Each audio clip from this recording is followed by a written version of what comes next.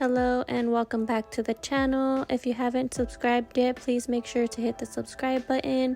And if you have time, hit the like button as well. It really helps me out with my channel.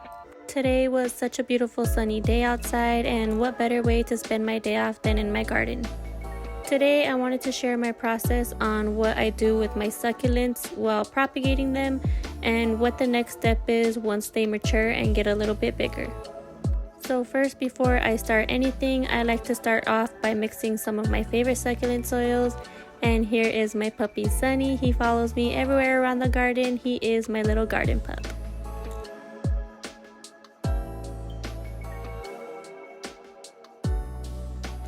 So when it comes to my succulent soil, I like adding a few things to it to make it more gritty and a little bit more sandier.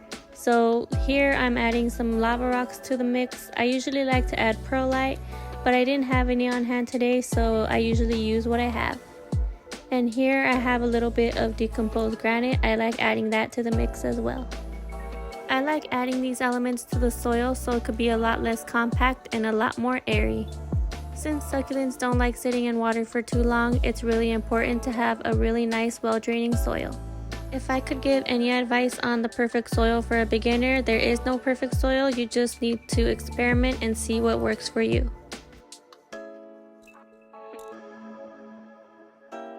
Today, I'll be transplanting some of my favorite succulents, which are the Graptoveria Fred Ives.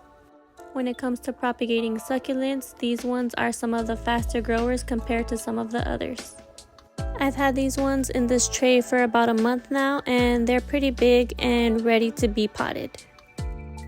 And as you can see, some of the other Graptoveria Fred Ives didn't make it, which is okay, it happens, so I'm just gonna toss them out in the trash.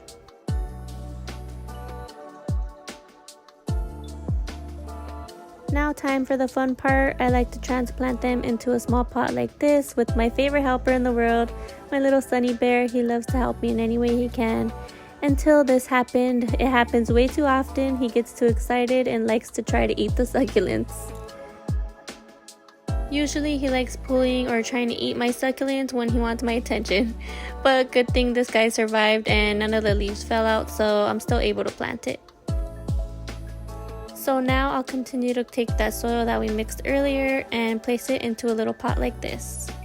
When transplanting them into a different pot to grow, you don't want the pot to be too big, so about this size would be perfect for the next step. Now, even though these plants have matured into a little bit of a bigger plant, it's still important to keep in mind those delicate roots, so just handle them with care and just be extra careful. I like adding quite a few to each pot when I transplant them, but I don't like to add too many because I don't want it to be overcrowded and I want to give them more room to grow. Now that these babies have matured quite a bit, it's important to give them a pretty good douse of water a couple of times a week. It's okay to let the soil dry out in between waterings. Remember, succulents do not like sitting in water for too long, but when they're about this size, they do like to have a little extra moisture. Here are some other babies that I've been taking care of this week. They are so cute and tiny. This little guy was burning in the sun last week on the floor, and he's doing a lot better. I gave him a lot of extra water and a little extra TLC.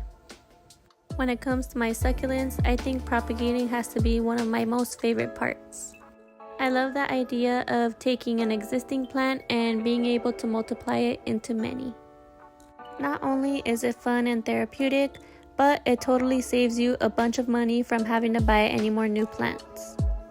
I have a bunch of other babies I've been propagating over the months on this side, and on the other side I have some more Graptoveria Fred Ives. These ones are a little bit on the smaller side and they do need a little more time to mature. Another thing I would love to share is when it comes to propagating any of your succulent leaves, it's important to keep them in indirect sunlight and water them sparingly. During the summertime, these leaves do really well propagating, but when it comes to some of the mother plants, which are the bigger mature ones like these, they are actually dormant, which means they go into a sleep-like state.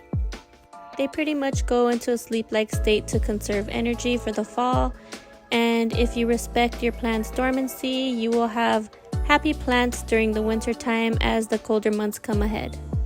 Once those smaller plants mature like some of these, I'll be able to cut the heads again and restart the propagating process all over again.